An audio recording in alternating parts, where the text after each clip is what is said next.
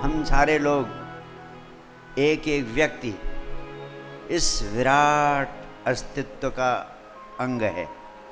अगर विराट अस्तित्व एक शरीर है तो हर व्यक्ति उसका एक अंग है। और जैसे ही आपका शरीर आपके एक एक अंग के प्रति जागरूक रहता है, उसको सहयोग करता है, वैसे सारा अस्तित्व हर व्यक्ति को सहयोग करता है अपने अंग की तरह। जैसे आपका पैर चलना चाहता है, सारा शरीर सहयोगी हो जाता है, पैर को चलाने लगता है। आपकी जीभ बोलना चाहती, सारा शरीर सहयोग हो जाता है, आपका मुंह बोलने लगता है। ऐसे ही आपके भीतर जो आकांक्षा पैदा होती है, सारा अस्तित्व तुरंत सहयोगी हो जाता है उस आकांक्षा को पूरा करने के लिए। आपके भीतर कोई मांग उठती है, कोई प्यास उठती है, कोई आकांक्षा उठती है, सारा अस्तित्व उसी क्षण आपकी प्यास को, आपकी चाह को, आपकी आकांक्षा को पूरा करने के लिए सक्रिय हो जाता है। लेकिन फिर आपकी आकांक्षा पूरी क्यों नहीं होती? क्योंकि आप खुद बाधा खड़ी कर देते। और प्रातः काल बड़े विस्तार से मैंने चर्चा की थी कि कैसे विचार शक्ति के विज्ञान का पूरा प्रयोग करके आप उस बाधा को खत्म कर सकते। केवल 3 ही महासूत्र हैं। अगर इन 3 महामंत्रों की समझ और उनका प्रयोग करने की कला आपको आ जाए तो इस पृथ्वी पर कोई भी ऐसी आपकी आकांक्षा नहीं है जो पूरी नहीं हो सकती। कोई आपका ऐसा सपना नहीं है जो आप साकार नहीं कर सकते। कोई मंजिल ऐसी नहीं है जिसे आप प्राप्त नहीं कर सकते। मैं रोए रोए से, पूरे प्राणों से, पूरी आत्मा से ये वचन आपसे कह रहा हूँ। इसके पीछे कोई बहुत बड़ा राज है। मैं रोज रोज इसके परिणाम अपने जीवन में अनुभव करता हूँ। इस पृथ्वी पर जितने संबुद्ध रहे उन सब ने इन 3 महामंत्रों के सत्य को, उनके परिणाम को अनुभव किया है। इसीलिए आदिकाल से आज तक जिन्होंने भी इस अस्तित्व के रहस्य को, जीवन के राज को जाना, किसी न किसी रूप में इस सत्य को जोर जोर से चीख चीख कर उपलब्ध कराने की चेष्टा की। लेकिन हम इतने बहरे हैं कि हम बिल्कुल सुनने के लिए तैयार नहीं।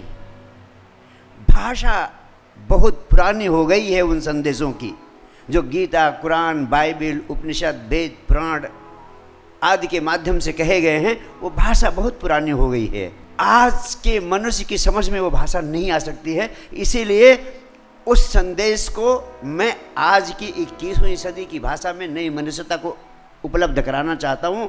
और आज की भाषा में ही उस महासत्य को व्यक्त करने के लिए मैंने कहा विचार शक्ति के विज्ञान का प्रयोग कीजिए। और आज अब दूसरा सूत्र आपसे कहने जा रहा हूँ, दूसरा महामंत्र आपसे कहने जा रहा हूँ।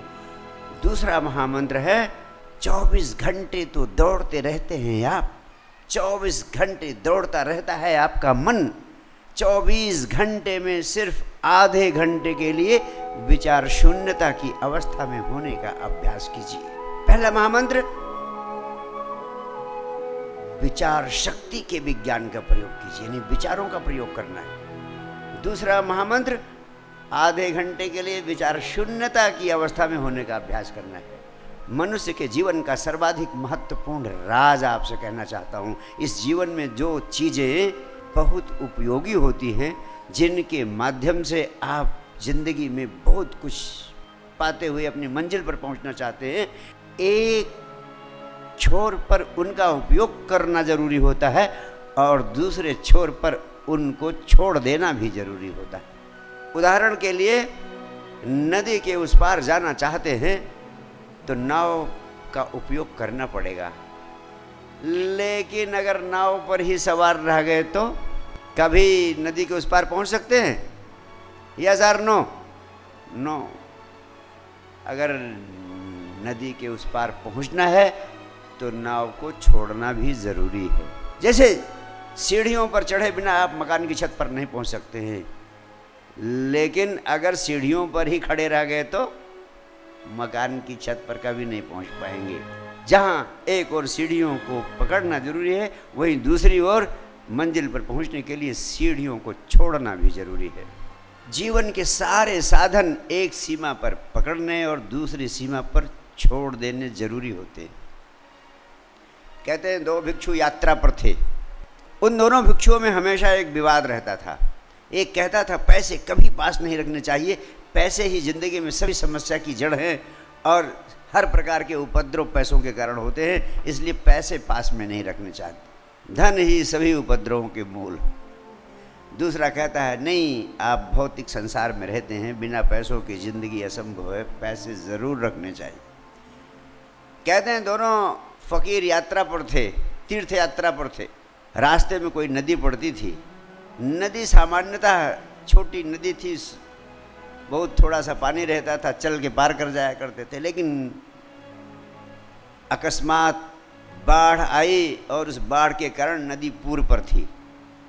अब नदी को बिना नाव के पार नहीं किया जा सकता था। नदी पार करने के लिए दोनों नाव पर पहुंचते हैं। जिस फकीर की जेब में पैसे थे उसने पैसे दिए और दोनों नदी पार कर गए। लेकिन जब नदी पार कर गए तो पहले भिक्षु ने कहा, पहले फकीर ने कहा, देखो आज तो बात साफ हो गई, पैसे कितने ज़रूरी हैं जीवन के लिए, अगर पैसे ना होते तो आज हम नदी पार नहीं कर पाते।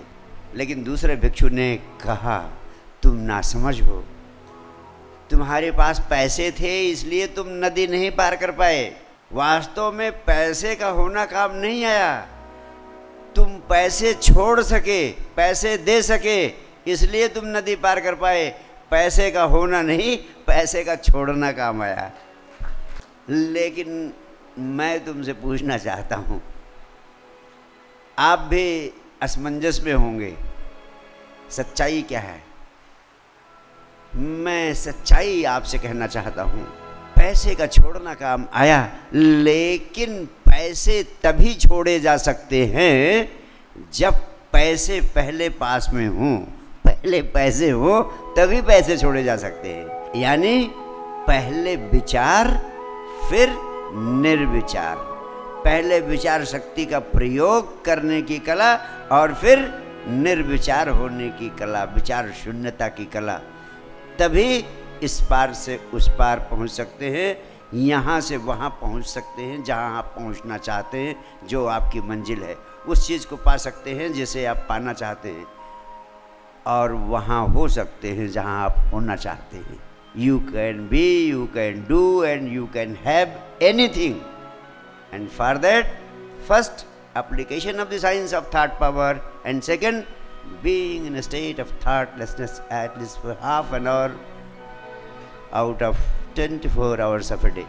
एक आदमी कह सकता है कि मैंने 16 घंटे परिश्रम किया और 16 घंटे परिश्रम के कारण मुझे सफलता मिली।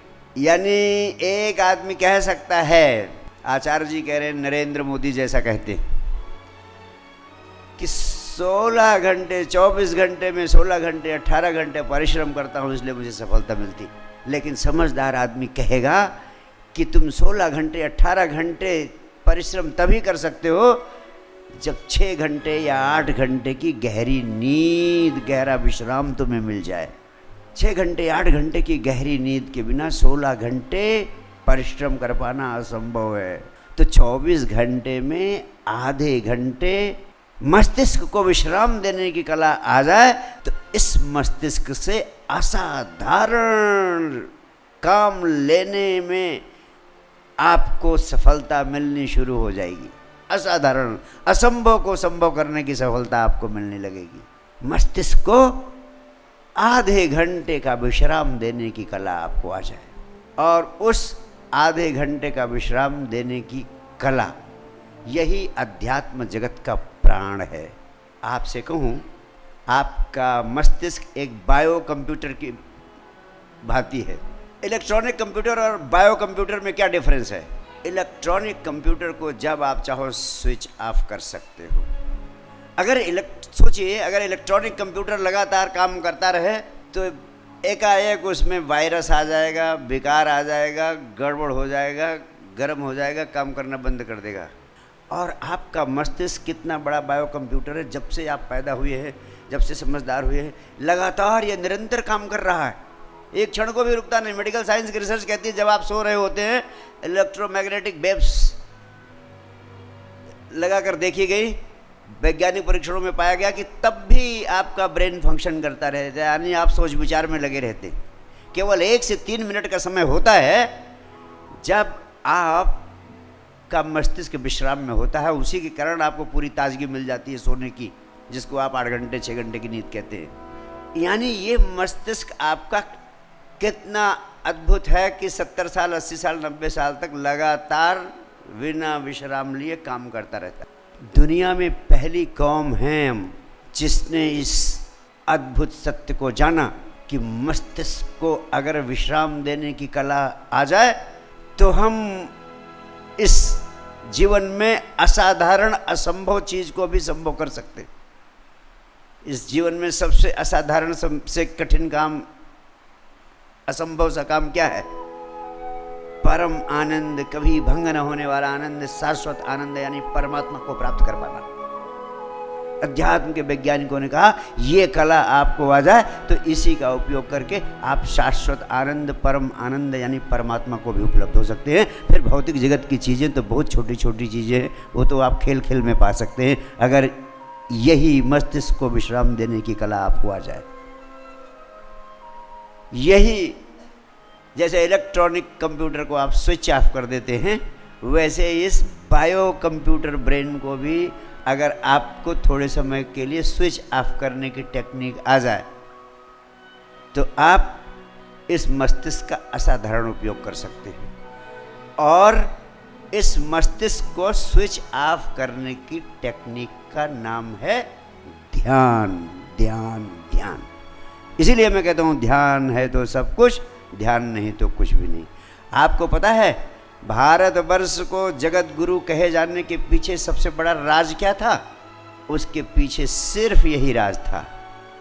ऐसा नहीं कि हमने बहुत मंदिर बना दिए या हमने बहुत धर्म ग्रंथ दे दिए दुनिया को। मंदिर, मस्जिद, गुरुद्वारे, गिरजाघर तो सारी दुनिया में हुए, धर्म ग्रंथ सारी दुनिया में हुए, धर्म के संस्थापक सारी दुनिया में हुए, लेकिन पहले लोग हैं हम जिन्होंने कहा, जिन्होंने सारी दुनिया को एक साइंटिफिक टेक्निक दी। उस टेक्निक का नाम है माइंड को स्विच ऑफ करने की टेक्निक, और माइंड को स्विच ऑफ करने की उस टेक्निक का नाम है ध्यान। ध्यान ध्यान, हमने जो कुछ भी अध्यात्म के जगत में दिया, अगर अंततः देखें अल्टीमेटली गीता का सार परम विश्राम, विचार शून्यता की अवस्था में पहुंचने की कला। कर्म योग, ज्ञान योग, भक्ति योग, 3 योग, लेकिन तीनों में जो एक ही सबसे महत्वपूर्ण कुंजी है, जो तीनों का अंग है, वो है ध्यान। आप हैरान होंगे ये जान के कि जब तक कर्म के साथ ध्यान न जोड़ो तब तक काम करना कर्मयोग नहीं बनता है। जो लोग कहते हैं कर्म ही पूजा है, कर्म पूजा तब तक नहीं बनती है जब तक कर्म के साथ ध्यान न जोड़ो। जब कर्म में ध्यान जुड़ जाता है, इसका अर्थ हुआ कि सारी ऊर्जा कर्म पर केंद्रित हो गई, कर्म के फल से फिर ऊर्जा हट जाती। कर्म पर ध्यान का मतलब ऊर्जा कर्म पर केंद्रित हो गई, अब निष्काम कर्म अपने आप फलित होगा। जब प्रेम के साथ ध्यान जोड़ देते हैं तो जिसे आप प्रेम करते हैं सारी ऊर्जा उस पर केंद्रित हो जाती है, तभी प्रेम योग बनता है या भक्ति योग बनता है। और जब विचारों के साथ ध्यान जोड़ देते हैं, उस अवस्था में विचार शून्य होते हैं और जो अनुभव होता है उसी को हम ज्ञान योग कहते हैं। शास्त्रों को कंठस्थ कर लेना, शास्त्रों का ज्ञान इकट्ठा कर लेना ज्ञान योग नहीं है। वो तो नासमझी है, वो तो नॉनसेंस है। वो तो किसी भी प्रकार की सूचना है, आपने इकट्ठा कर ली, फिर तो कंप्यूटर में, गूगल में सारी सूचना पड़ी है, गीता, कुरान, बाइबल सारे पढ़े हैं, लेकिन वो गूगल का ज्ञान नहीं। ज्ञान, असली ज्ञान कब आता है? जब आप विचारों के साथ ध्यान को जोड़ देते, तब विचार शून्यता प्रकट होती, उसमें जो अनुभव होता है उसको हम कहते हैं ज्ञान, जिसको हम सच्चा ज्ञान कहते हैं, उस अनुभव कहते हैं। जैसे मैंने आपको सवेरे से चर्चा कर रहा हूँ साइंस डिवाइन। साइंस डिवाइन में 2 शब्द, एक है साइंस और दूसरा है डिवाइन। आप इसको थोड़ा सा समझ ले। साइंस है क्या? साइंस है जब हम बुद्धि का अधिकतम उपयोग करके किसी विषय विशेष के बारे में सूक्ष्मतम अधिकतम ज्ञान प्राप्त कर लेते हैं, उसको हम कहते हैं विज्ञान। यस और नो? बुद्धि का अधिकतम उपयोग करके किसी भी वस्तु के विषय में विशेष ज्ञान प्राप्त कर लेना विज्ञान है, बुद्धि का अधिकतम उपयोग करके, राइट। और डिवाइन क्या है, अध्यात्म क्या है? वो है जब हम बुद्धि को बिल्कुल हटा देते, यानी हमारा होश है लेकिन बुद्धि यानी विचार को हम बिल्कुल हटा देते, विचार का उपयोग नहीं करते। होश है, विचार नहीं है, तो जो अनुभव हमें मिलता है वो आत्मा का अनुभव है, वो आत्मा का अनुभव, वही अध्यात्म है। उस आत्मा का अनुभव जब होता है तब परम आनंद हमारे भीतर बरस पड़ता है। इसीलिए हमने कहा साइंस डिवाइन। साइंस भौतिक जगत में हमें सफलता की सीढ़ियों पर जाने के लिए विज्ञान का प्रयोग करना पड़ता है, और आत्मा की गहराइयों में उतरने के लिए विचारों को छोड़ना पड़ता है, विचार शून्य होना पड़ता है। तब जो अनुभव होता है उसे शब्दों में नहीं व्यक्त किया जा सकता, उस अनुभव को ही हम परम आनंद का, आत्मा का या परमात्मा का अनुभव कहते हैं। ये दोनों कैसे आपको मिल सकता है? इसी के लिए 3 महामंत्र आपको दिए हैं, जिससे आप भौतिक जगत में पदार्थ से परमात्मा तक, धन से ध्यान तक हर मनचाही मंजिल को प्राप्त कर सकते हैं। हर चीज़ को पाने का विज्ञान वही है।